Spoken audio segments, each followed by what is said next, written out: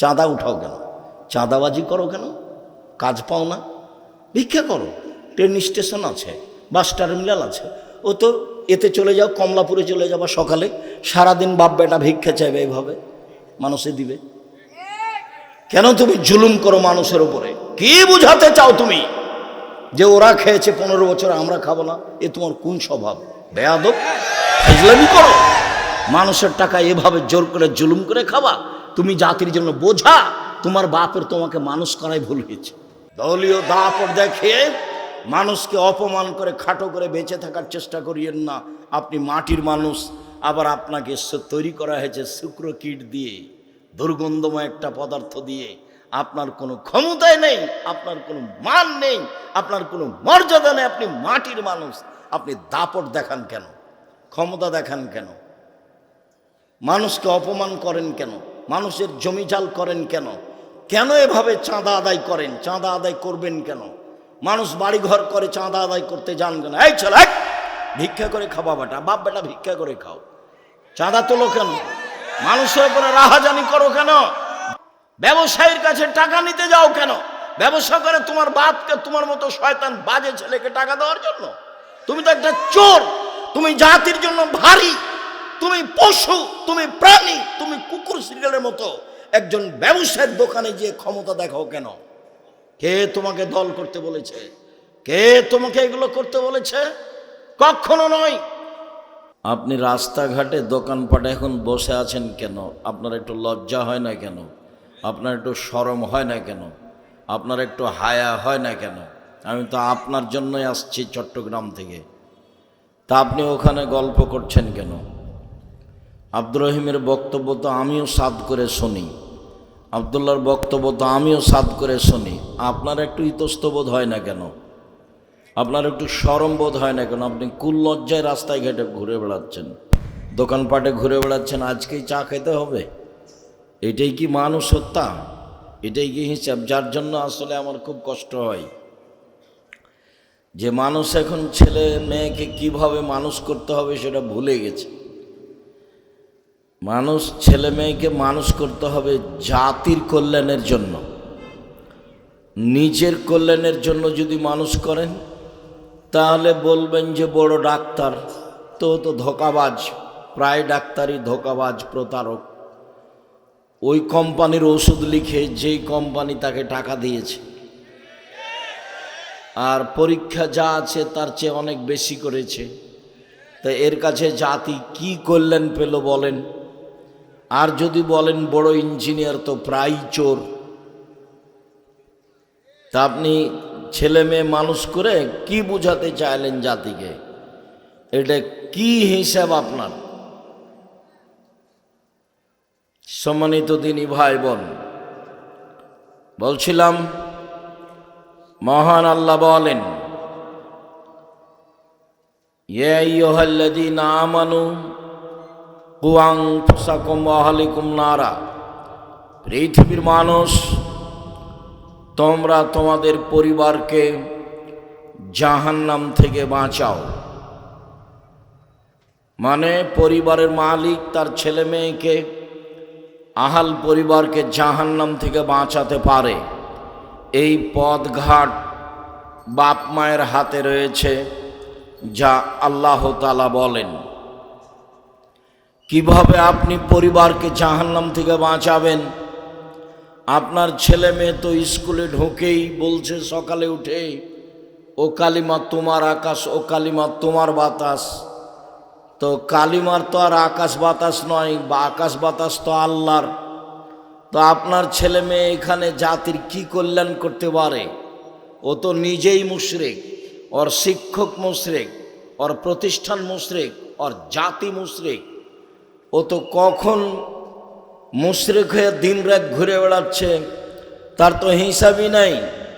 সাবান রাদিয়াল্লাহু তাআলা আনহু বলেন, রাসূল সাল্লাল্লাহু আলাইহি সাল্লাম বললেন, পৃথিবীর মানুষ, আমার জাতির উপরে বড় আশঙ্কা। আমি তোমাদের উপরে আশঙ্কা করে গেলাম তিনটি বিষয়ে। এক, আইম্মাতাম মুজিল্লিন, ভ্রান্ত হুজুর। হুজুর হবে ভ্রান্ত, এটা আমার আশঙ্কা, এটা আমার ভয়। তিনি অন্য জায়গায় বলেন যে হুজুরকে দেখতে লাগবে, হুজুর তার অন্তর হবে শয়তানের অন্তর। হাদিস বুখারী মুসলিম। এই কথা রাসূল সাল্লাল্লাহু আলাইহি সাল্লাম বলেন। তিনি বলেন, আলেম ওলামা আমার সুন্নাত ছেড়ে দিয়ে অন্য সুন্নাত ধরে নিয়ে বলবে এইটাই রাসূলের সুন্নাত, আমার আদর্শ ছেড়ে দিয়ে অন্য আদর্শ গ্রহণ করে বলবে এইটাই রাসূলের আদর্শ। রাসূল সাল্লাল্লাহু আলাইহি সাল্লাম বললেন, পৃথিবীর মানুষ মনে রেখো, আমি 3 বিষয়ে আশঙ্কা করে যাচ্ছি। তার একটি হচ্ছে ভ্রান্ত হুজুর, 2 ওয়াসাতালতাহিকু কাবাইলু মিন মুতাবিল মুশরিকিন, আমার উম্মত হিন্দুদের সাথে মিশে যাবে, এইটা আমার ভয়। আমার উম্মত হিন্দুদের সাথে মিশে যাবে, এইটা আমার আশঙ্কা। জাতির সামনে আমি আশঙ্কা করে গেলাম। 3 ওয়াসাতাবুদু কাবাইলু মিনাল আওসান, আমার উম্মত মূর্তি পূজা করবে। আমরা নাকি সরস্বতী, ভগবতী, কালী, দুর্গার পূজা করব। কালিমার আকাশ বলবো, তো কালিমার তো পূজা করাই হলো। কালিমার আকাশ আর বাবার আকাশ, কালিমার কেন আকাশ হবে? ঠাকুর জাতির শত্রু, ঠাকুর মুসলমানের শত্রু, ঠাকুর বিশ্ববিদ্যালয়ের শত্রু, ঠাকুর ভারত, বাংলাদেশ, পাকিস্তান প্রত্যেকটা মানুষের শত্রু ঠাকুর। যেদিন ভারত, বাংলাদেশ, পাকিস্তানের মুসলমান ইংরেজদের হাতে নির্যাতিত, সেদিন ঠাকুর লন্ডনে মুচ পাকায়। আর ঠাকুরের গান আমার ছেলে মেয়ে বলবে মানে? এত কাপুরুষ হয়ে দুনিয়াতে জন্ম আমরা নিনি, আমার ছেলে মেয়ে ঠাকুরের গান বলে না। আপনার কেন বলে তার জবাব আপনি দিবেন, আমি দিব কেন? ছেলে জন্ম দিয়েছেন, জবাব দিবেন আপনি। মেয়ে জন্ম দিয়েছেন, জবাব দিবেন আপনি। আপনার ছেলে মেয়ে ঘুম থেকে উঠে ঠাকুরের গান বলে, আপনি কি বুঝাতে চাচ্ছেন? ছেলে মেয়ে মানুষ করেছেন জাতির জন্য, না প্রতারক করে মানুষ করেছেন, না ধোঁকাবাজ করে মানুষ করেছেন? আপনার ছেলে যেদিন ক্লাস 10-এ পড়ে, সেদিন আপনি বলেন আমার ছেলের মেধা ভালো, গোল্ডেন পেয়েছে। তারপর যেদিন ইন্টার পাস করলো, বিশ্ববিদ্যালয়ে ভর্তি করবেন আপনি, তাই সাবজেক্ট প্রতি শিক্ষক রেখেছেন, ভালো হলো, বিশ্ববিদ্যালয়ে ভর্তি হলো। তারপরে লন্ডন গেল, বড় ডাক্তার হলো, পিজি হাসপাতালের ডাক্তার হলো, 3 লক্ষ টাকা বেতন। ওই কোম্পানির ওষুধ লেখে, যেই কোম্পানিটাকে টাকা দিয়েছে, বলেন আপনার টাকা পয়সার অবস্থা কি? আপনি জাতির কি করতে পারেন? কি করার মতো ক্ষমতা রয়েছে? আপনার ছেলে মেয়ে মানুষ করার সিদ্ধান্তই ভুল। আপনি জাতির কল্যাণের জন্য ছেলে মেয়ে মানুষ করেন না, জাতিকে পরকালমুখী করতে হবে, এই জন্য আপনি ছেলে মেয়ে মানুষ করেন না। বা আপনার নিজেরই জানা নাই যে কিভাবে ছেলে মেয়ে মানুষ করলে জাতির জন্য হতে পারে। তাই তো আপনাকে দেখলে আমার খুব আফসোস হয়, মাঝে মধ্যে বলি, বুঝেও বুঝে না ওরা, অন্তর আছে বুঝে না, দেখেও দেখে না ওরা, চক্ষু আছে দেখে না, শোনে না ওরা, কান আছে শোনে না। উলায়েকা কাল আনাম, তারা হলো পশু প্রাণীর মতো, তারা গরু ছাগলের মতো, তারা কুকুর শ্রেণীর মতো, বালহু মাজাল, বরং তার চেয়ে খারাপ। আপনার ছেলে মেয়েকে আল্লাহ তাআলা বলছেন কুকুর শ্রেণীর মতো, পশু প্রাণীর মতো, গরু ছাগলের মতো। গরু ছাগলের মতো ছেলে মেয়ে মানুষ করে জাতির কি করতে পারেন আপনি? আপনার ছেলে বা কি করেছে? 50 বছর থেকে 100 বছর থেকে আপনার ছেলে, অতীতকে আপনি চ্যালেঞ্জ করেন, দেখেন আপনার ছেলে মেয়ে কি করেছে। ভুল হিসাব। আপনি বলেছেন যার মেধা ভালো, গোল্ডেন পেয়েছে, এগুলো আপনার বলা মাত্র। আপনার ছেলে মেয়ে জাতির জন্য মানুষ হয়নি, নিজের জন্য হয়েছে। চোর হয়েছে, ধোঁকাবাজ হয়েছে, প্রতারক হয়েছে, শুধু ধান্দাবাজ, টাকা ইনকাম করার জন্য হয়েছে। জাতির কল্যাণ আপনার জানা নেই, আপনার ছেলের জানা নাই, আপনার মেয়ের জানা নাই। কি বুঝবেন আপনি যে জাতির কল্যাণ কাকে বলে? যেহেতু ছেলে মেয়েকে কি শেখাতে হবে, কি বুঝাতে হবে, কি পড়াতে হবে, এইটুকু আপনি হিসাব করতে পারেননি। মহান আল্লাহ বলেন, ইয়া আইয়ুহাল্লাযীনা আমানু, হে বিশ্বাসীগণ, কু আনফুসাকুম ওয়া আহলিকুম নারা, তোমরা তোমাদের পরিবারকে জাহান্নাম থেকে বাঁচাও। কি করলে আমরা পরিবারকে জাহান্নাম থেকে বাঁচাতে পারি?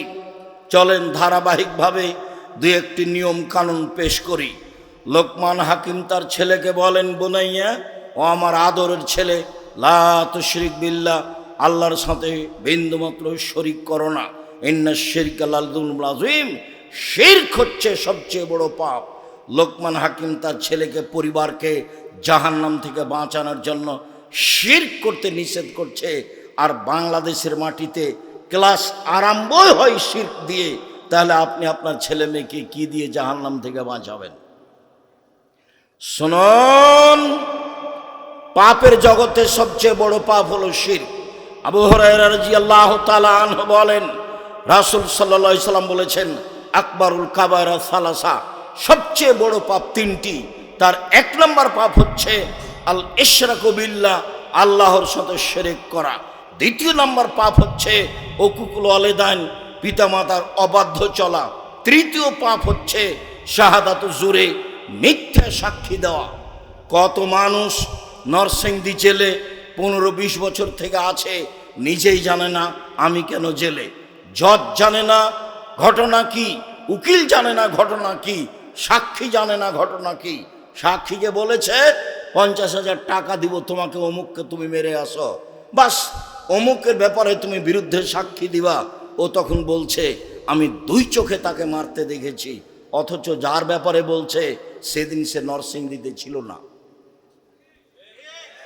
তাহলে সাক্ষী জানে না ঘটনা কি, উকিল জানে না ঘটনা কি, জজ জানে না ঘটনা কি, যে সাজিয়েছে সেই মাত্র জানে। সেই জাতিকে আপনি কিভাবে মানুষ করতে পারেন? বলছিলাম পৃথিবীর তৃতীয় মহাপাপ হচ্ছে মিথ্যা সাক্ষী দেওয়া। 1 নম্বর মহাপাপ হচ্ছে শিরক করা। এই জাতি শিরকে ডুবে আছে।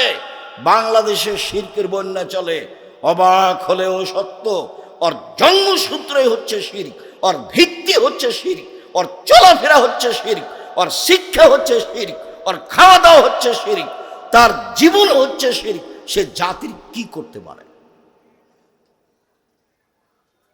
মুআয রাদিয়াল্লাহু তাআলা আনহু বলেন, রাসূল সাল্লাল্লাহু আলাইহি সাল্লাম বললেন, শোনো মুআয, লা তুশরিক বিল্লাহ আইন কতলতা হুররিকতা, জ্বালিয়ে দেওয়া হয় যদি, জালেম তোমাকে জুলুম করে আগুনে জ্বালিয়ে দেয়, জ্বলে যাও, শিরক করো না। মুআয শোনো, জালেম যদি তোমাকে হত্যা করে, জুলুমে নিহত হয়ে যাও, শিরক করো না। শিরক মহাপাপ, জ্বালিয়ে দিলে জ্বলে যাও, শিরক করো না। হত্যা করা হলে নিহত হও, শিরক করো না। শিরক মহাপাপ। বাংলাদেশের মাটিতে শিরকের বন্যা চলে। রাসূল সাল্লাল্লাহু আলাইহি সাল্লামকে জিজ্ঞাসা করা হলো, আইয়ুদ্দাম আকবার, সবচেয়ে বড় পাপ কোনটি? তখন তিনি বললেন, নান্তাদু আল্লাহ নিদ্দান হা খালাকাক, তোমাকে যে সৃষ্টি করেছে তার সাথে তুমি শিরক করো, এটাই হচ্ছে বড় পাপ। সম্মানিত দিনী ভাই বোন, আবু হুরায়রা রাদিয়াল্লাহু তাআলা আনহু বলেন, রাসূল সাল্লাল্লাহু আলাইহি সাল্লাম একদা বললেন, পৃথিবীর মানুষ 7টি ধ্বংসাত্মক জিনিস থেকে বেঁচে থাকো, যাতে তোমরা ধ্বংস হয়ে যাবা। তার একটা হচ্ছে শিরক বিল্লাহ, আল্লাহর সাথে শিরক করা। প্রত্যেক হাদিসে 1 নম্বর পাপ এসেছে শিরক করা। শিরক মহাপাপ। আনাস রাদিয়াল্লাহু তাআলা আনহু বলেন, রাসূল সাল্লাল্লাহু আলাইহি সাল্লাম বলেছেন, আল্লাহ তাআলা বলেন, ইবনা আদম মা দাওয়াতানি ওয়া রাজাউতানি, তুমি আমাকে যেভাবে ডাকো আমি সেভাবে থাকি, তুমি যেভাবে বলো আমি সেভাবে শুনি, তুমি আমাকে কাছে ক্ষমা চাইলে আমি ক্ষমা করে দিই, আমি পরোয়া করি না তুমি কত বড় পাপী, আমি পরোয়া করি না তুমি কত বড় পাপী। তুমি যেভাবে ডাকো আমি সেভাবে থাকি, তুমি যেভাবে বলো আমি সেভাবে শুনি। আদম সন্তান শোনো, লাউ বালাগাত জুনুবুকা আনানাস সামায়ে, তোমার পাপ বেশি হতে হতে যদি আকাশে লেগে যায়, পাপ আর পাপ, আকাশ জমিন পরিপূর্ণ পাপ, তুমি যদি আমার কাছে ক্ষমা ভিক্ষা চাও আমি তোমাকে ক্ষমা করে দিব। আমি পরোয়া করি না তুমি কত বড় পাপী, তুমি যেভাবে ডাকো আমি সেভাবে থাকি, তুমি যেভাবে বলো আমি সেভাবে শুনি। আল্লাহ তাআলা দুনিয়াতে এভাবে বলছেন, বলেন, বিচারের মাঠে তিনি আবার আমাদের সামনে আসবেন। আমাদের সামনে এসে বিচারের মাঠে বলবেন, ইবনা আদম, আদমের ছেলে মেয়ে শোনো, তুমি যেই পরিমাণ পাপ নিয়ে উপস্থিত হয়েছ, আমি আল্লাহ সেই পরিমাণ ক্ষমা নিয়ে উপস্থিত হয়েছি। তোমার যেই পরিমাণ পাপ আমার সেই পরিমাণ ক্ষমা, তোমার যেই পরিমাণ পাপ আমার সেই পরিমাণ ক্ষমা। তোমার পাপ যত আমার ক্ষমা তত, তোমার পাপ যত আমার ক্ষমা তত। যদি শিরক না হয়ে থাকে, শিরকের পাপ ক্ষমা হবে না বিচারের মাঠে। শোনো, শিরকের পাপ ব্যতীত সব পাপ আমি ক্ষমা করে দেব। তাহলে বাংলাদেশে বসবাস করে কি করবেন? কি করলেন আপনি? আপনিই বা কি করলেন? ছেলে মেয়ে বা কি করে? লোকমান হাকিম বলছেন, আব্বু শিরক করবা না জীবনে। এরপরে তিনি বলেন, ইয়া বুনাইয়া আকিমিস সালাহ, আব্বু তুমি সালাত আদায় করো। পরিবারকে বাঁচাতে গিয়ে লোকমান হাকিম তার ছেলেকে বলছেন, আব্বু তুমি সালাত আদায় করো। মানুষের জীবনে সবচেয়ে জরুরি কাজ সালাত আদায় করা। রাসূল সাল্লাল্লাহু আলাইহি সাল্লাম বলেন, মৌরু আওলাদাকুম বিসসালাত ওয়াহুম আবনাউ সাবঈ সিনিনা, তোমরা তোমাদের ছেলে মেয়েকে সালাত আদায় করতে বলো যখন তার বয়স 7 বছর। ওয়াদরিবহুম আলাইহা ওয়াহুম আবনাউ 10 সিনিনা, তুমি তাকে পিটিয়ে সালাত আদায় করাও যখন তার বয়স 10 বছর। বাপ বেঁচে আছে, ছেলে মেয়ের বয়স 10 বছর সালাত আদায় করে না, তখনও সে বাপ। এটা ভুল কথা। কাপুরুষকে বাপ বলে কি হবে? সে তো বাপের দায়িত্ব পালন করে না, রাসূল সাল্লাল্লাহু আলাইহি সাল্লামের আদেশ মানে না। জাহান্নাম থেকে পরিবারকে বাঁচাতে হলে সালাতের বিষয়টি বলতেই হবে। সালাত এমন একটি ইবাদত যার উপরে নির্ভর করে অন্যান্য ইবাদত। সালাত এমন একটি ইবাদত। এই ছেলে বসো। যারা আপনারা রাস্তায় ঘোরাঘুরি করছেন, একটু ইতস্তবোধ করেন, লজ্জাবোধ করেন। রাস্তায় হাঁটছেন কেন? ওই যে মহিলার মতো হ্যাঁ হ্যাঁ করে এসেছে, আবার হ্যাঁ করে চলে যাচ্ছে। জবাব আমি দিব? ওর বাপ দিবে? ওর মা দিবে? জবাব আমি দিব কেন? ওই মহিলাকে ওর বাপে পিটাবে। আল্লাহর নবী বলছেন পিটাতে। আবু বকর সিদ্দিক রাদিয়াল্লাহু আনহু পিটিয়ে জাতিকে দেখিয়ে গেলেন, মেয়ে কোনোদিন বাপের কাছে বড় হয় না। মেয়ে কোনোদিন বাপের কাছে বড় হয় না। বাপই তাকে কন্ট্রোল করবে। রাস্তায় ঘুরে বেড়াচ্ছে কেন? জবাব আমি দিব। দোকানের সামনে আপনার মেয়ে দাঁড়িয়ে আছে, আমি জবাব দিব কেন?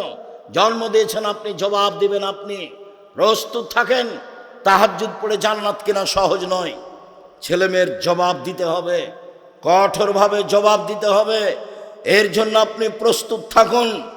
একাধিক হাদিস রাসূল সাল্লাল্লাহু আলাইহি সাল্লাম বলছেন, লা তারফা আসাকা আদাবান মিন আহলিক, পরিবারের উপর থেকে শিষ্টাচারের লাঠি উঠিয়ে দিয়ে নেওয়া, প্রয়োজনে পিটিয়ে পরিবারকে শিষ্টাচার শেখাতে হবে।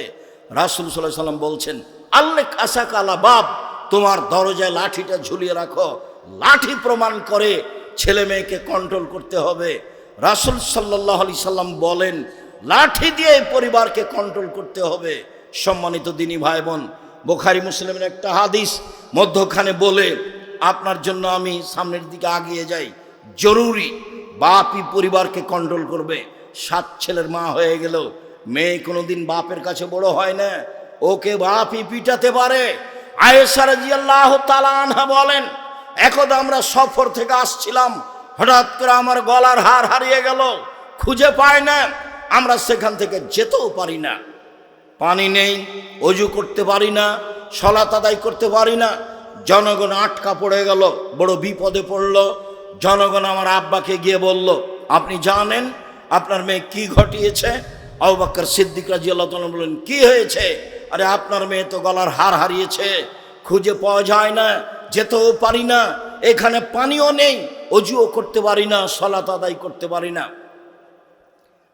আয়েশা রাদিয়াল্লাহু তাআলা আনহা বলেন, আবু বকর সিদ্দিক আমার নিকটে আসলেন, ওয়াল্লাকা জানি লাকসাতান শাদীদা, আমার কোমরের উপরে খুব জোরে মারলেন, এত জোরে মারলেন, ওই সময় আমার স্বামী আমার উরু রানের উপরে মাথা দিয়ে ঘুমিয়েছিলেন। তিনি যদি আমার উরু রানের উপরে মাথা দিয়ে না ঘুমাতেন, তাহলে আবু বকর সিদ্দিকের মায়ের কারণে আমি দূরে সরে যেতাম। তিনি এত জোরে মারলেন। 1 মিনিট, এই কথাটা স্পষ্ট করার পূর্বে একটু কথা বলি। সম্মানিত দিনী ভাই বোন, এটা সৌদি আরব, যার কারণে এটা সহজ। আমাদের দেশে যদি দেখে শ্বশুর যে জামাই মেয়ের উরু রানের উপরে মাথা দিয়ে ঘুমিয়ে আছে, তাহলে শ্বশুর ওইদিকে গিয়ে পাল্টা এভাবে ঘুরবে, এইভাবে ঘুরবে। সেটা তো তিনি করলেন না, এই অবস্থায় তিনি মেরে দিলেন। পৃথিবীর সবচেয়ে বড় মানুষে মারলেন। পৃথিবীর ইতিহাসে নবী রাসূল ব্যতীত সবচেয়ে দামি মানুষ হচ্ছেন আবু বকর সিদ্দিক রাদিয়াল্লাহু তাআলা আনহু। পৃথিবীর সবচেয়ে বড় মহিলাকে মারলেন। পৃথিবীর ইতিহাসে সবচেয়ে বড় মানুষ হচ্ছেন মহিলা হিসাবে আয়েশা রাদিয়াল্লাহু তাআলা আনহা। পৃথিবীর সবচেয়ে বড় মানুষের সামনে মারলেন।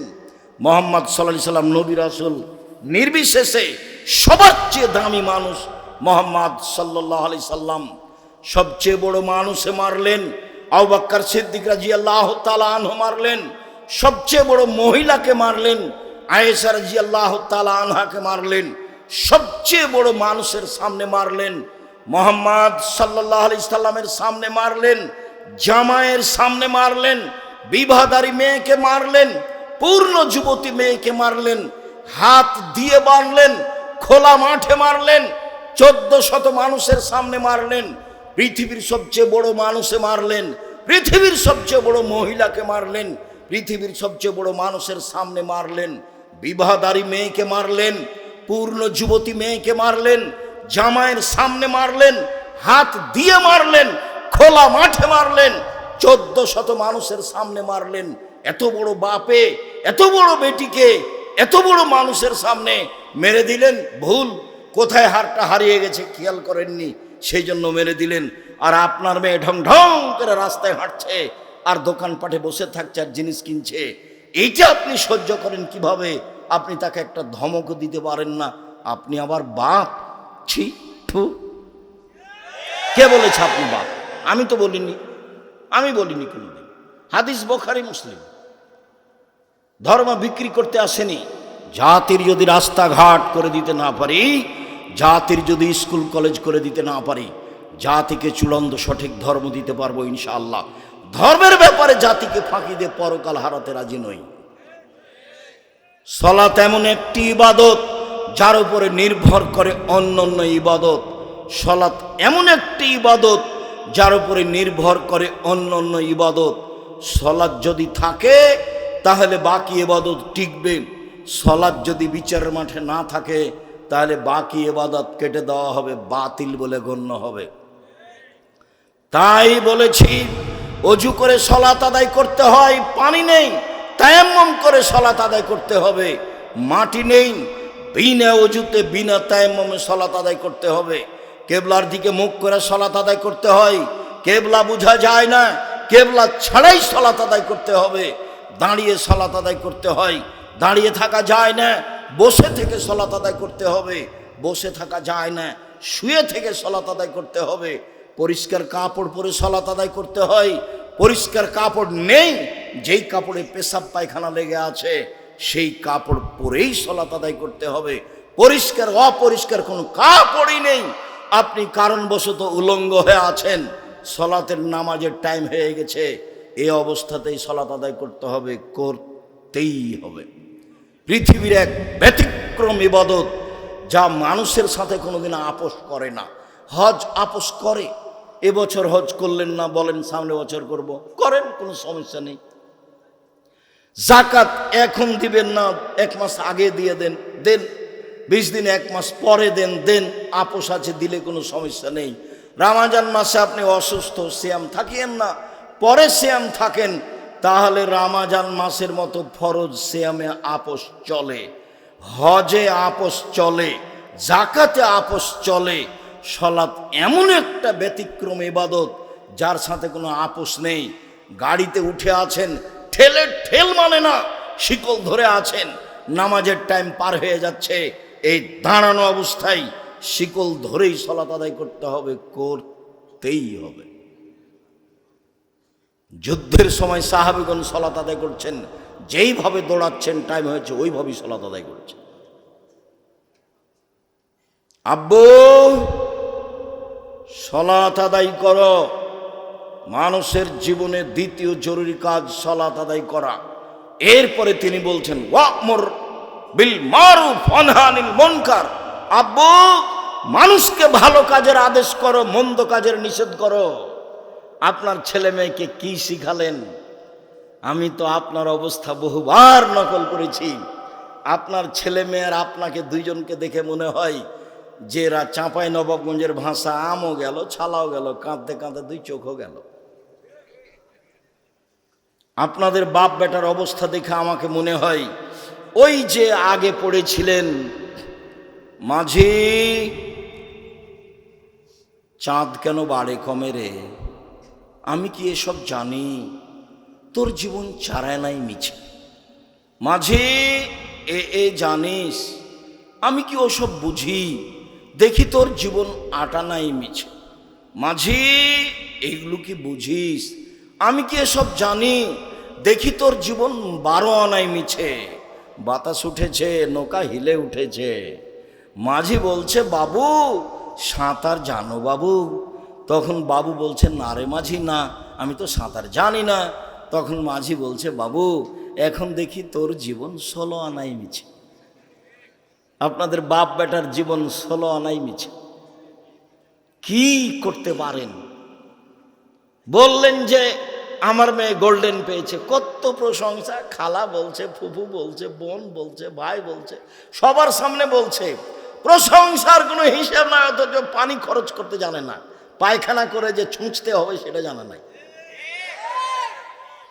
কিভাবে পায়খানা করার পরে কাপ পরিষ্কার করতে হবে, পানি খরচ করতে হবে সেটা তার জানা নাই। আর বাপও খুশি, মাও খুশি। কি করলেন জীবনে? জীবনটা 16 নাই মিছে। দেখেন লোকমান হাকিম বলছেন আব্বু ভালো কাজের আদেশ করো, মন্দ কাজের নিষেধ করো।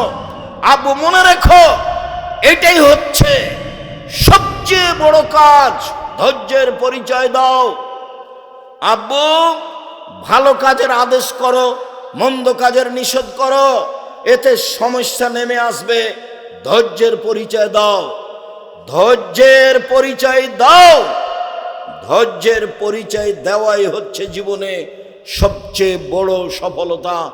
এই কথা লোকমান হাকিম তার ছেলেকে বলেন। তিনি বলেন আব্বু রাস্তায় চলার সময়তে মধ্যম গতিতে চলবা। আব্বু মানুষের সাথে কথা বলার সময় নরম হয়ে কথা বলবা, মানুষকে উপেক্ষা করে বলবো না। শোনো, মানুষের সাথে কথা বললে কণ্ঠ নিচু করিও, জোর কণ্ঠ হচ্ছে গাধার কণ্ঠ। এইভাবে লোকমান হাকিম তার ছেলেকে উপদেশ দিচ্ছেন। উপদেশ কোরআন মাজিদে পড়ে আছে 1450 বছর থেকে। না আপনি নিজে পড়েন, না আপনার ছেলে মেয়ে পড়ে, না আপনার বউ পড়ে, না আপনি নিজে পড়েন, একেবারে জীবন 16 আনাই মিছে। কি হবে এই জীবন দিয়ে? আপনি কি করতে পারেন জাতির? আপনার ছেলে মেয়ে জাতির কি করতে পারে? করেইছে বা কি? দাপট দেখাবেন না, ক্ষমতা দেখায়েন না। দাপট দেখিয়ে, ক্ষমতা দেখিয়ে, মানুষকে জেল হাজতে দিয়ে অপমান করে খাটো করে বেঁচে থেকে লাভ নেই। সময় 45 মিনিট। যার যত জুলুম বেশি তার তত সময় কম। ফেরাউনের সময় কয়েক মিনিট। এই যে ডুবলো, এই যে ডুবলো, এই ডুবলো, নাই নাই নাই, ফেরাউন নেই। তারপরে আদ সামুদ হঠাৎ করে নেই, না কই আদ নেই, সামুদ নেই, খালি ইতিহাস আছে, শুধু ইতিহাস আছে, দেখতে দেখতে নেই। আদ সামুদ সবচেয়ে বড় জালেম, বিশাল ক্ষমতার অধিকারী। ফেরাউন বড় জালেম। অল্প সময়, আপনাদের নেত্রীর 45 মিনিট সময় দেখে হুঁশ করা দরকার। ক্ষমতা দেখাবেন না কাউকে, দলীয় দাপট দেখিয়ে মানুষকে অপমান করে খাটো করে বেঁচে থাকার চেষ্টা করিয়েন না। আপনি মাটির মানুষ, আবার আপনাকে তৈরি করা হয়েছে শুক্র কীট দিয়ে, দুর্গন্ধময় একটা পদার্থ দিয়ে। আপনার কোনো ক্ষমতাই নেই, আপনার কোনো মান নেই, আপনার কোনো মর্যাদা নেই। আপনি মাটির মানুষ, আপনি দাপট দেখান কেন? ক্ষমতা দেখান কেন? মানুষকে অপমান করেন কেন? মানুষের জমিজাল করেন কেন? কেন এভাবে চাঁদা আদায় করেন? চাঁদা আদায় করবেন কেন? মানুষ বাড়িঘর করে চাঁদা আদায় করতে যান কেন? এই ছেলে ভিক্ষা করে খাওয়া বেটা, বাপ বেটা ভিক্ষা করে খাও। চাঁদা তোলো কেন? মানুষের উপরে রাহাজানি করো কেন? ব্যবসায়ীর কাছে টাকা নিতে যাও কেন? ব্যবসা করে তোমার বাপকে তোমার মতো শয়তান বাজে ছেলেকে টাকা দেওয়ার জন্য? তুমি তো একটা চোর, তুমি জাতির জন্য ভারী, তুমি পশু, তুমি প্রাণী, তুমি কুকুর সিরিয়ালের মতো একজন ব্যবসায়ীর দোকানে গিয়ে ক্ষমতা দেখাও কেন? কে তোমাকে দল করতে বলেছে? কে তোমাকে এগুলো করতে বলেছে? কখনো নয়। 90 সাল থেকে বলে আসছি উপার্জনের পথ চারটা। এক, দিন মজুরি, সন্ধ্যায় টাকা শেষ। 2, জমি চাকরি, 25 দিনে বেতন শেষ। 3, জমি চাষ, সমান সময় আর না হয় লস, সমান সমান আর না হয় লস। 4, ব্যবসা। তখন আল্লাহ রসুল বললেন, পৃথিবীর মানুষ শুনে রেখো, সত্যবাদী বিশ্বস্ত ব্যবসায়ীরা জান্নাতের নবীদের সাথে থাকবেন। নবীদের সাথে সহজেই থাকা যায় না। একজন সাহাবী রাতে রাসূলের কাছে অজুর পানি নিয়ে গেছেন আর মেসক। আল্লাহ রাসূল খুশি হয়ে গেছেন। খুশি হয়ে গিয়ে বলছেন, সালমা শেতা, তুমি কিছু চাও? যা চাও চাও। খুব খুশি আল্লাহ রাসূল। তখন সাহাবী বলছেন, আসআলুকা মুরাফাকাতাকা ফিল জান্নাহ, আপনার সাথে জান্নাতে থাকতে চাই। তখন আল্লাহ রসুল বলছেন, আওয়া গায়রা জালেক, না না না না না না, এটা নয়, এটা নয়, অন্য কিছু চাও, অন্য কিছু চাও। তখন সাহাবী বলছেন, হুয়া যাকা, ওটাই চাই, আপনার সাথে জান্নাতে থাকতে চাই। তখন আল্লাহ রসুল বলছেন, শোনো, আইন্নি বেকাসরাতি সুজুদ আলা নাফসিক, বেশি বেশি রাতে সালাত আদায় করে আমাকে সাহায্য করো, আমি কাউকে সাথে জান্নাতে নিয়ে থাকতে পারবো না, আমাকে সাহায্য করো। কি? তাহাজ্জুদ পড়ো, তাহলে আমি চেষ্টা করব তোমাকে সাথে নিয়ে থাকার। তাহাজ্জুদ ছাড়া মুখের ওপরে একজন খাদেম রাসূলের সাথে থাকতে চাইলেন, আল্লাহ রাসূল তা গ্রহণ করলেন না, না করে দিলেন। আর সত্যবাদী ব্যবসায়ী নবীগণের সাথে থাকবেন জান্নাতে, এই কথা মুহাম্মদ সাল্লাল্লাহু আলাইহি সাল্লাম বলেন। শুধু তিনি বলেননি মুহাম্মাদের সাথে থাকবেন, তিনি বলেছেন সত্যবাদী বিশ্বস্ত ব্যবসায়ী ইব্রাহিম আলাইহিস সালামের সাথে থাকবেন, নূহ আলাইহিস সালামের সাথে থাকবেন, ঈসা মুসার সাথে থাকবেন, সকল নবীদের সাথে থাকবেন। সত্যবাদী সমাজে যারা, তাদের সাথে থাকবেন। শহীদ সমাজে যারা, তাদের সাথে থাকবেন। ব্যবসা কি জিনিস? জুয়ার চুরি করো কেন? চাঁদা উঠাও কেন? যারা আমার সামনে আছো, অনলাইনে পৃথিবীর যেখানে যারা আছে, এই বক্তব্য যেখানে যখন যে শুনবে, সকল দিনী ভাই বোনকে বলছি, জুয়ার চুরি থেকে বেঁচে থাকো, জুলুম থেকে বেঁচে থাকো, চাঁদাবাজি থেকে বেঁচে থাকো, ভিক্ষা করে খাও। মানুষকে দাপট দেখিয়ে চাঁদা উঠাও কেন? কেন উঠাবা? ব্যবসায়ীর রাস্তা ঘুরতে হবে কেন তোমাকে? বিত্তশালীর বাড়িতে গিয়ে তোমাকে আক্রমণ করতে হবে কেন? তুমি হায়ানা, তুমি কুকুর, তুমি শৃগাল, তুমি বাঘ ভাল্লুক, তুমি পশু প্রাণী। ভিক্ষা করে খাও বেটা, ভিক্ষা করে খাও, উপার্জনের শেষ পথ। 1, দিন মজুরি, 2, চাকরি, 3, জমি চাষ, 4, ব্যবসা, 5, ভিক্ষা। ভিক্ষা করে খাও, শেষ পথ। চাঁদা উঠাও কেন? চাঁদাবাজি করো কেন? কাজ পাও না? ভিক্ষা করো। ট্রেন স্টেশন আছে, বাস টার্মিনাল আছে, ও তো এতে চলে যাও, কমলাপুরে চলে যাবা সকালে, সারাদিন বাপ বেটা ভিক্ষা চাইবে, এইভাবে মানুষে দিবে কেন? তুমি জুলুম করো মানুষের উপরে। কি বুঝাতে চাও তুমি যে ওরা খেয়েছে 15 বছর, আমরা খাবো না? এ তোমার কোন স্বভাব? বেয়াদব, ফাজলামি করো। মানুষের টাকা এভাবে জোর করে জুলুম করে খাবা? তুমি জাতির জন্য বোঝা। তোমার বাপের তোমাকে মানুষ করাই ভুল হয়েছে,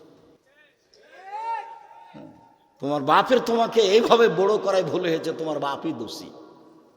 তোমার বাপ তো তোমাকে কিছু শিখাতে পারেনি। বাপ বেটা পশু প্রাণীর মতো হয়ে গেছে। নইলে এমন হলো কেন? বুঝেও বুঝে না ওরা, অন্তর আছে বুঝে না, দেখেও দেখে না ওরা, চক্ষু আছে দেখে না, শোনেও শোনে না ওরা, কান আছে শোনে না। উলায়েকা কালা আনাম, তারা পশু প্রাণীর মতো, তারা গরু ছাগলের মতো, তারা কুকুর শ্রেণীর মতো, বালুমাজাল বরং তার চেয়ে খারাপ। শুনুন সম্মানিত দিনী ভাই বোন, রাসূল সাল্লাল্লাহু আলাইহি ওয়াসাল্লাম বলেন, মান ওয়ালাদালাহু ওয়ালাদুন ফালইহসান ইসমাহু, ছেলে মেয়ে লালন পালন করতে হবে আদর্শ পরিবার। ছেলে জন্ম নিলে একটা সুন্দর নাম রাখতে হবে, এটা বাপের জিম্মেদারি। নামটাই খারাপ, নাম এত বড় কেন? 14 লাইনে কেন? পীর নাকি? একবারে বলতে বলতে বলছে গাউসে আজম, তার বলছে অমুক বড় পীর। এ কি? ওই পীরও জানে না ঘটনা কি। যেই পীরের সাথে লম্বা নাম লাগানো আছে ও পীরও জানে না ঘটনা কি। সব শয়তান। তো তোমার বাপ তোমার নামটা কি রাখতে হবে এটাই তো তোমার বাপ জানে না, তোমার মাও জানে না। দুইজনের জীবনই গরু ছাগলের মতো। তুমি কষ্ট নিও না, তোমার মা কোনো কাজ জানে এটা আমার বিশ্বাস হয় না। দরজাটা বন্ধ করতে জানে না তোমার মা, জ্বালানিটা বন্ধ করতে জানে না তোমার মা। তোমার মা তোমার ছোট ভাইকে দুধ খাওয়াতে জানে না। কোনো একটা কাজ তোমার মা পারে এটা আমার বিশ্বাস আসে না। দেখো না তুমি, রাসূল সাল্লাল্লাহু আলাইহি সাল্লাম বলছেন, পৃথিবীর মানুষ শোনো, ছেলে মেয়ে জন্ম নিলে তাকে তার একটা সুন্দর নাম রাখতে হবে। 7 দিনের দিন নাম রাখতে হবে, মাথা নেড়ে করতে হবে, ছাগল জবে করতে হবে, যার নাম আকিকা। আকিকার সাথে কুরবানির কোনো সম্পর্ক নেই, আকিকার সাথে কুরবানির কোনো সম্পর্ক নেই। আকিকা প্রয়োজনে ভিক্ষা করে দিতে হবে, আকিকা দিতেই হবে। ওর এটা বাপের জিম্মেদারি। ছেলে হলে 2টা, মেয়ে হলে একটা। 7 দিনের দিনই দিতে হবে। 14 দিনে আকিকা চলে না, 21 দিনে আকিকা চলে না, জীবনে একদিন আকিকা চলে না। 7 দিনের আগে বাচ্চা মারা গেলে আকিকা চলে না। ভুল হিসাব। গরু দিয়ে আকিকা চলে না, উট দিয়ে আকিকা চলে না। 7 দিনের দিন পশু জবাই করতে হবে, মাথা নেড়ে করতে হবে, নাম রাখতে হবে। চুল সমপরিমাণ রূপা তার মূল্য দান করতে হবে। 4টা কাজ সেদিন বাপের জিম্মেদারি। কুরবানির সাথে আকিকার কোনো সম্পর্ক নেই। কুরবানি মানে দামি পশু, কুরবানি মানে দাঁত ঠিক, কুরবানি মানে কান ঠিক, কুরবানি মানে লেজ ঠিক, কুরবানি মানে চোখ ঠিক, কুরবানি মানে পা ঠিক, কুরবানি মানে তরুতাজা, কুরবানি মানে ঝকঝকে, কুরবানি মানে 7 ভাগে নয়, একাই। টাকা আছে গরু দিয়ে দিবেন, আরও টাকা বেশি আছে রাজস্থান থেকে উঁট নিয়ে আসবেন, ষাঁড় দিবেন, না হলে খাসি দিবেন, না হলে ছাগি দিবেন, না হলে ভেড়া দিবেন। কে আপনাকে ভাগে কুরবানি দিতে বললো? খালি দাপট দেখালি হবে?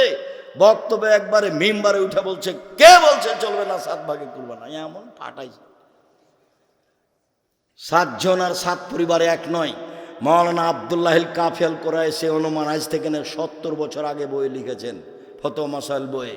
মাওলানা আব্দুল্লাহিল কাফিয়াল কোরাইশি রাহিমাহুল্লাহ আজ থেকে 70 বছর আগে অনুমান বইয়ে লিখেছেন, একটি গরুতে 7টি পরিবার অংশগ্রহণ করবে, এরকম কোনো হাদিস আমি আব্দুল্লাহিল কাফিয়াল কোরাইশি জানি না। আর আমি আব্দুর রাজ্জাক বিন ইউসুফ সাধারণ খাদেম, আমি 97 সাল থেকে শরীয়ত তদন্ত করি, ফতোয়া লিখি। 16 সাল থেকে আমি ফতোয়া বোর্ড পরিচালনা করি। এই লম্বা সময় আমার তদন্তে একটা গরুতে 7টা পরিবার অংশগ্রহণ করবে এরকম কোনো হাদিস আমি অবগত হতে পারিনি। 7 ভাগ আর 7 পরিবারে এক নয়, 7 জন আর 7 পরিবার এক নয়, 7 জন আর 7 পরিবার এক নয়। কুরবানি দেন নেকির জন্য। ভাগে কেন দিলেন? বলছে যে আমার ভাগে কলিজা আসেনি।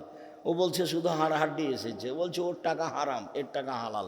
এটা কে আপনাকে করতে বললো এগুলো? এই বিপদে আপনি পড়লেন কেন? সম্মানিত দিনী ভাই বোন, 7ম দিনের নাম রাখতে হবে। রাসূল সাল্লাল্লাহু আলাইহি সাল্লাম বলছেন, ওয়াদা বাহুতাকে শিষ্টাচার শেখাতে হবে। যত হাদিস আসবে কয়েকটা পেশ করছি ধারাবাহিকভাবে, সবটাতেই বিদ্যার পরে শিষ্টাচার, বিদ্যার পরে শিষ্টাচার, বিদ্যার পরে শিষ্টাচার।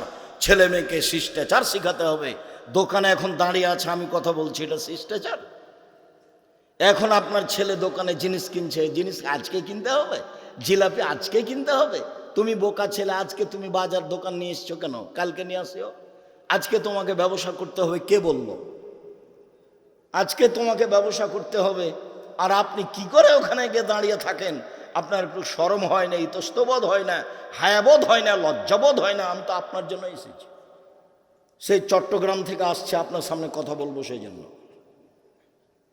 আপনি কেন ওখানে দাঁড়িয়ে আছেন? শিষ্টাচার কাকে বলে? এই ছেলে, তোমার বোনের এখন নখটা বড় আছে, এটা শিষ্টাচার? নখে নেইল পালিশ আছে। ইহুদি খ্রিস্টানদের পতিতালয়ের মেয়েদের বৈশিষ্ট্য হচ্ছে নখে নেইল পালিশ দেওয়া। ইহুদি খ্রিস্টানদের পতিতালয়ের মেয়েদের বৈশিষ্ট্য হচ্ছে নখে নেইল পালিশ দেওয়া। ইহুদি খ্রিস্টানদের পতিতালয়ের মেয়েদের বৈশিষ্ট্য হচ্ছে নখে নেইল পালিশ দেওয়া। বলো এটা কোন শিষ্টাচার? ভুরু তোলে চিকন করা, এটা একটা অভিশাপ। রাসূল বলছেন যে ভুরু তোলে চিকন করে তার উপরে অভিশাপ, তার উপরে অভিশাপ, তার উপরে অভিশাপ। যে দাঁত ছেলে চিকন করে তার উপরে অভিশাপ, তার উপরে অভিশাপ, তার উপরে অভিশাপ। রাসূল সাল্লাল্লাহু আলাইহি ওয়াসাল্লাম বলেন 3 শ্রেণীর মানুষ জান্নাতে যাবে না। তার 1 শ্রেণীর মানুষ হচ্ছে রাজলাতু মিনান নিসায়ে, পুরুষের বেশধারী নারী, যারা পুরুষের জুতা স্যান্ডেল পরে, যারা পুরুষের শার্ট প্যান্ট পরে, যারা পুরুষের পোশাক পরে, তাদের উপরে অভিশাপ, তাদের উপরে অভিশাপ, তাদের উপর অভিশাপ। আপনি ছেলে মেয়েকে কি শিখালেন? কি শিষ্টাচার শিখালেন? শুনুন, নবী রাসূলের বৈশিষ্ট্য 10টি, সব নবীর বৈশিষ্ট্য 10টি, সব নবীর খাসলাত, অভ্যাস, শিষ্টাচার 10টি। 1, কাশু সারে মোচ কেটে ফেলা। মোচ ব্লেড দিয়ে চাঁচা যাবে না, মোচ কেটে ফেলতে হবে। 2, এফাউল লোহা, দাড়ি বড় করতে হবে। দাড়ি ছোট করা কাবিরা গুনাহ, চেঁচে ফেলা কাবিরা গুনাহ। দাড়ি চেঁচে ফেললে চোখের পাওয়ার কমে যাবে, দাড়ি চেঁচে ফেললে স্ত্রী মিলনের ক্ষমতা কমে যাবে, দাড়ি চেঁচে ফেললে মহিলার সাদৃশ্য হবে, তখন তার উপরে অভিশাপ হবে। 3, কাসুল আজফরে, নখ কেটে ফেলতে হবে। 4, হালাকুল আনাতে, নাকফুলে বেতে বগলের লুম উঠিয়ে ফেলতে হবে। নারী পুরুষ একই হুকুম। 5, নিচের লুম পরিষ্কার করতে হবে, ঊর্ধ্বে টাইম 40 দিন। পুরুষ নারী একই হুকুম, যার যেটা সহজ সম্ভব। আপনি ছেলে মেয়েকে কিভাবে মানুষ করছেন? আবু মুসা আশআরী রাদিয়াল্লাহু তাআলা আনহু বলেন, রাসূল সাল্লাল্লাহু আলাইহি সাল্লাম বলেছেন, মান কানাত লাহু ওয়ালিদা ফাআল্লামা ফাসানা তালিমাহা ওয়া আদাবাহা ফাসানা তাদিবাহা ফালা আজরুন। কেউ যদি কাজের মেয়েকে বিদ্যা শিখিয়ে দেয়, শিষ্টাচার শিখিয়ে দেয়, কাজের মেয়েকে বিদ্যা শিখিয়ে দেয়, শিষ্টাচার শিখিয়ে দেয়, তারপরে তার বিবাহ শাদী দিয়ে দেয়, তাহলে সে ডবল নেকি পাবে কাজের মেয়েকে। তাহলে নিজের মেয়ে তো আছেই, বিদ্যা শিখিয়ে দিল, শিষ্টাচার শিখিয়ে দিল। তিনি বলেন, পৃথিবীর মানুষ শুনে রেখো, ওই পিতা আমার সাথে জান্নাতে এভাবে থাকবে। পৃথিবীর মানুষ শুনে রেখো, ওই পিতা জান্নাতে আমার সাথে এভাবে থাকবে। তর্জনীর মধ্যমা যেভাবে জমা হয়ে আছে সেইভাবে থাকবে ওই পিতার আমি জান্নাতে। কোন পিতা? যেই পিতা 1, আল্লামাহা, মেয়েকে বিদ্যা শিখিয়ে দিল। 2, ওয়াদ্দাবাহা, শিষ্টাচার শিখিয়ে দিল। 3, জাওয়াজাহুন্না, বিবাহ শাদী দিয়ে দিল। 4, আহসানা ইলাইহিন্না, মেয়ের সাথে সদাচরণ করলো। সেই পিতা আর আমি জান্নাতে এইভাবে থাকব। একজন সাহাবী বললেন যে, আল্লাহ রাসূল, আমি কি চাইবো? আপনার সাথে জান্নাতে থাকতে চাই। তখন আল্লাহ রাসূল বলছেন, না না না না না না না, এটাই, অন্য কিছু চাও, অন্য কিছু চাও। আর এখন বলছেন যে পিতা, ওই পিতা আর আমি জান্নাতে একসাথে থাকবো, যেই পিতা মেয়েদেরকে 4টা জিনিস শিখায়। 1, বিদ্যা। 2, শিষ্টাচার। 3, বিবাহ শাদী। 4, ভালো চাল চলন। 2টা মেয়ের যদি এইভাবে কেউ লালন পালন করে, আমি মুহাম্মদ সাল্লাল্লাহু আলাইহি সাল্লাম আর সে একসাথে জান্নাতে এভাবে থাকবো। এ তো কঠিন কথা। আর যখন বললেন কে যদি এতিমের লালন পালন করে, সেই ব্যক্তি আর আমি জান্নাতে এভাবে থাকবো, তো আঙ্গুলে এভাবে ফাঁকা করলেন। দেখো, এতিমের লালন পালনকারীও জান্নাতে আমার সাথে থাকবে, তবে এভাবে। আর 2 মেয়ের লালন পালনকারী আর আমি জান্নাতে থাকবো, তখন এভাবে। তা আপনি কি লালন পালন করলেন মেয়ের, সেটা তো আমরা বুঝলাম। মনে হয় যে রাস্তায় কথা গল্প করছে দোকানের সামনে। আপনি জবাব দেন। ফ্যাশন বোরকা পরে এসেছে, ফ্যাশন বোরকা পরে এসেছে, দেবরের সাথে এসেছে, দেবরের মোটর সাইকেলে এসেছে, বন্ধুর মোটর সাইকেলে এসে ভূমিকম্প তো হবেই। ভূমিকম্প তো স্বাভাবিক। 3টি কারণে ভূমিকম্প হয়, 3টি পাপের কারণে 3টি বিপদ হয়, 3টি পাপের কারণে 3টি বিপদ হয়। 1, ভূমিকম্প হবে। 2, সন্ধ্যায় ছিল মানুষ, সকালে হবে শোর বানর। 2, সন্ধ্যায় ছিল মানুষ, সকালে হবে শোর বানর। 3, সমস্যা নেমে আসবে।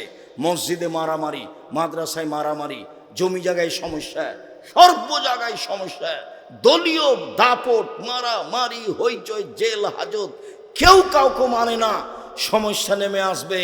এই 3টে জিনিস নেমে আসবে 3টা পাপের কারণে। 1, এই যা শারিবুল খুমরা, যখন মানুষ নেশাদার দ্রব্য পান করবে তখন এই 3টা বিপদ নেমে আসবে। 2, জাহারাতিল কায়নাত, মেয়েরা যখন নাচবে। স্কুল চলে না মেয়ে নাচানো ছাড়া, 16 ডিসেম্বর চলে না মেয়ে নাচানো ছাড়া, 26 মার্চ চলে না মেয়ে নাচানো ছাড়া, 21শে ফেব্রুয়ারি চলে না মেয়ে নাচানো ছাড়া। দিবসই হারাম, দিবস শিরক। 16 ডিসেম্বর শিরক, 26শে মার্চ শিরক, 21শে ফেব্রুয়ারি শিরক, জন্মদিবস শিরক, মৃত দিবস শিরক। কোনো দিবসই নাই দুনিয়াতে, মাত্র 2 দিন, ঈদুল আজহা আর ঈদুল ফিতর। শুনুন সম্মানিত দিনী ভাই বোন, বলছিলাম জাবির রাদিয়াল্লাহু তাআলা আনহু বলেন, সফর থেকে আসছিলাম, আল্লাহর নবী বললেন থামো, মদিনায় সকালে প্রবেশ করব, এখন নয়। তখন জাবির বললেন, আল্লাহর নবী, আমি নতুন বিবাহ করেছি, আমাকে বাড়ি যেতে অনুমতি দেওয়া হোক। আল্লাহ রাসূল বললেন, তুমি নতুন বিবাহ করেছ, কুমারী মেয়ে বিবাহ করেছ না তালাক প্রাপ্তা মেয়ে বিবাহ করেছ?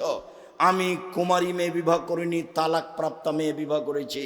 আল্লাহর নবী, আমি বেশি বয়সের মেয়ে বিবাহ করেছি 4টা কারণে। আমার আব্বা উহুদের যুদ্ধে শহীদ হয়েছেন, 9 জন মেয়ে রেখে, আমার 9 জন বোন আছে।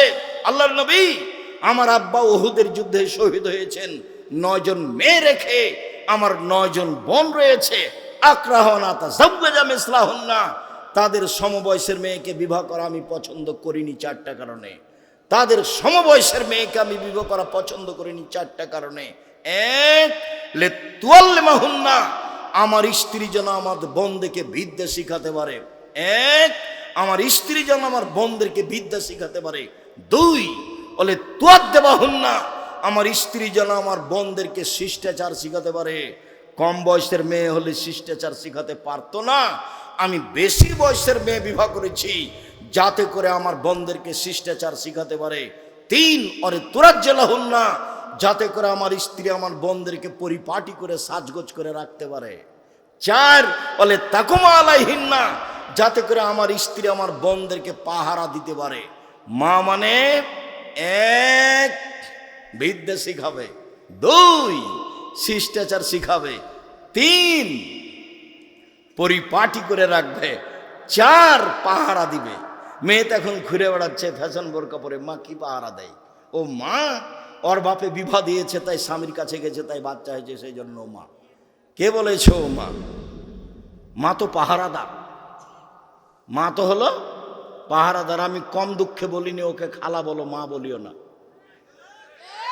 ও মায়ের যোগ্যতা রাখে না, ও মা তো অবশ্যই, মা তো 100 এখান থেকে তো ফিরে আসার কোনো পথ নাই, নিরুপায় হয়ে বলেছে যে তুমি একে মা বলিও না, খালা বলো। কেন? দায়িত্ব পালন করেনি। তুমি তোমার আব্বাকে চাচা বলো, তোমার আব্বা দায়িত্ব পালন করেনি। সম্মানিত দিনী ভাই বোন, রাসূল সাল্লাল্লাহু আলাইহি ওয়াসাল্লাম বলেন, মাসালু জালিসিস সালেহ কা সাহেবিল মিসকা হামিলিল কিরে, পৃথিবীর মানুষ শুনে রেখো, ভালো সঙ্গীর উদাহরণ আর মন্দ সঙ্গীর উদাহরণ। পৃথিবীর মানুষ শুনে রেখো, ভালো সঙ্গীর উদাহরণ আর মন্দ সঙ্গীর উদাহরণ কামারের মতো আর আতরওয়ালার মতো। আপনার ছেলের বন্ধু যদি আতরওয়ালা হয়, তাহলে আতরওয়ালা আপনার ছেলেকে আতর এমনিতেই দিবে। নইলে আপনার ছেলে কিনে নিবে, নইলে তার পাশে থাকলে সুগন্ধি পাবে। তার মানে আপনার ছেলের বন্ধু যদি ভালো হয় ছেলে ভালো হবে, আপনার মেয়ের বান্ধবী যদি ভালো হয় আপনার মেয়ে ভালো হবে, আপনার ছেলের হাতের মোবাইলটা যদি ভালো হয় তাহলে আপনার ছেলে ভালো হবে। আপনার ছেলের সবচেয়ে কাছের বন্ধু হলো মোবাইল, আপনার মেয়ের সবচেয়ে কাছের বান্ধবী হলো মোবাইল। এ মানুষকে ধ্বংস করেছে, জাতিকে ধ্বংস করেছে। রাসূল সাল্লাল্লাহু আলাইহি সাল্লাম বলছেন, পৃথিবীর মানুষ শুনে রেখো, আমি আশঙ্কা করে যাচ্ছি আমার উম্মত গোপন পাপে লিপ্ত হবে, এটা আমার ভয়। আমি জাতির সামনে আশঙ্কা করে যাচ্ছি আমার উম্মত গোপন পাপে লিপ্ত হবে, এটা আমার ভয়। যেটা দিন রাত মানুষ গোপন পাপে লিপ্ত, ওই ঘরে তুমি দেখো ল্যাংটা মেয়ে মোবাইলে, ওই ঘরে তোমার বোন দেখে ল্যাংটা মেয়ে মোবাইলে, ওই ঘরে তোমার মা দেখে, ওই ঘরে তোমার বাপ দেখে, পুরো বাড়িটা জেনাই সয়লাব, জেনার বন্যা। রাসূল সাল্লাল্লাহু আলাইহি ওয়াসাল্লাম বলছেন, আইনানে তাজনিয়ানে জিনাহুমুন নাজর, দুই চোখের জেনা হচ্ছে চোখ দিয়ে দেখা, ওলো জেনানে জিনাহুল ইস্তেমাউ, দুই কানের জেনা হচ্ছে কান দিয়ে শোনা, অলিয়াত জেনাহাল বাতস, হাতের জেনা হচ্ছে হাত দিয়ে ধরা, আর রিজল জেনাহাল মাসি, পায়ের জেনা হচ্ছে পা দিয়ে চলা, জেনাল কলব তাতামান্না তাস্তাহি, অন্তরের জেনা হচ্ছে পরিকল্পনা করা, জেলার নেশালা নুতক, জিহ্বার জেনা হচ্ছে কথা বলা। এগুলো সব মাধ্যম জেনার। বড় মোবাইলের অবস্থা তুমি জানো, তোমার মা ওখানে, তোমার বাপ এখানে, তোমার বোন ওখানে, তুমি এখানে। বলো তো জাতি আর কি করে টিকতে পারে? ভূমিকম্প তো হবেই। তিনটা কারণে ভূমিকম্প হবে। এক, মানুষ যেদিন নেশাদার দ্রব্য পান করবে। দুই, মেয়েরা যখন নাচবে, সব মোবাইলে মেয়ে নাচে, সব দোকানে মেয়ে নাচে, সব বাড়িতে মেয়ে নাচে, প্রায় সব মোবাইলে মেয়ে নাচে, প্রায় সব দোকানে মেয়ে নাচে, প্রায় সব বাড়িতে মেয়ে নাচে। অতএব ভূমিকম্প স্বাভাবিক। তিন, অরাজারাবুল মাজিব, বাদ্যযন্ত্র যেদিন প্রকাশ পাবে, বাদ্যযন্ত্র সব দোকানেই চলে, সব মোবাইলেই চলে, সব জায়গাতে চলে। বাদ্যযন্ত্র চিরদিনের জন্য হারাম।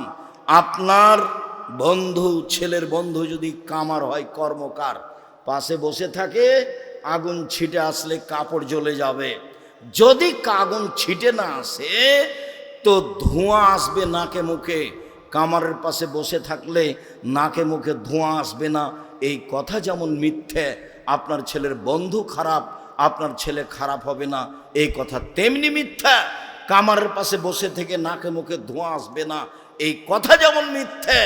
আপনার মেয়ের বান্ধবী খারাপ, আপনার মেয়ে খারাপ হবে না, এই কথা তেমনি মিথ্যা। সম্মানিত দিনী ভাই বোন, পরিবারকে বাঁচাতে হলে আপনাকে শক্ত হতে হবে যে কোনো মূল্যে। রাসূল সাল্লাল্লাহু আলাইহি ওয়াসাল্লাম পরিবারের উপরে খুব শক্ত হওয়ার জন্য জোরালোভাবে আদেশ করেছেন, পরিবারকে ভালো মানের শিক্ষা দেওয়ার জন্য আদেশ করেছেন। আপনি আপনার পয়সা খরচ করবেন ছেলে মেয়ের পিছনে। জাতিকে বাঁচাতে হলে ছেলে মেয়েকে মানুষের মতো মানুষ করতে হবে জাতির কল্যাণে। সম্মানিত দিনী ভাই বোন, জায়গার তুলনায় উপস্থিতি অনেক বেশি হওয়ার কারণে আপনারা পরিবেশ পরিস্থিতি কন্ট্রোল করতে পারছেন না, এরপরে দীর্ঘ সময় ধরে বসে আছেন। আমি আপনাদের শুকরিয়া আদায় করি, জাযাকুমুল্লাহ খায়ের। আমি মুখে জাতির কল্যাণ চেয়েছি, মিডিয়ায় চেয়েছি, কলমে চেয়েছি। আব্দুল্লাহর বই আছে, আজকে মনে হয় কি বইয়ের নাম, আল্লাহর পথে যাত্রা। দেখো, খোঁজ আছে, আল্লাহর পথে যাত্রা।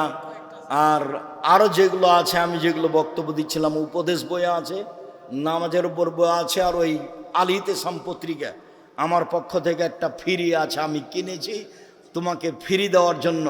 একটা কিনলে একটা ফ্রি পাওয়া যায়। আর যেসব বই পুস্তক আছে সব কিছু বই পুস্তক সংগ্রহ করেন। আর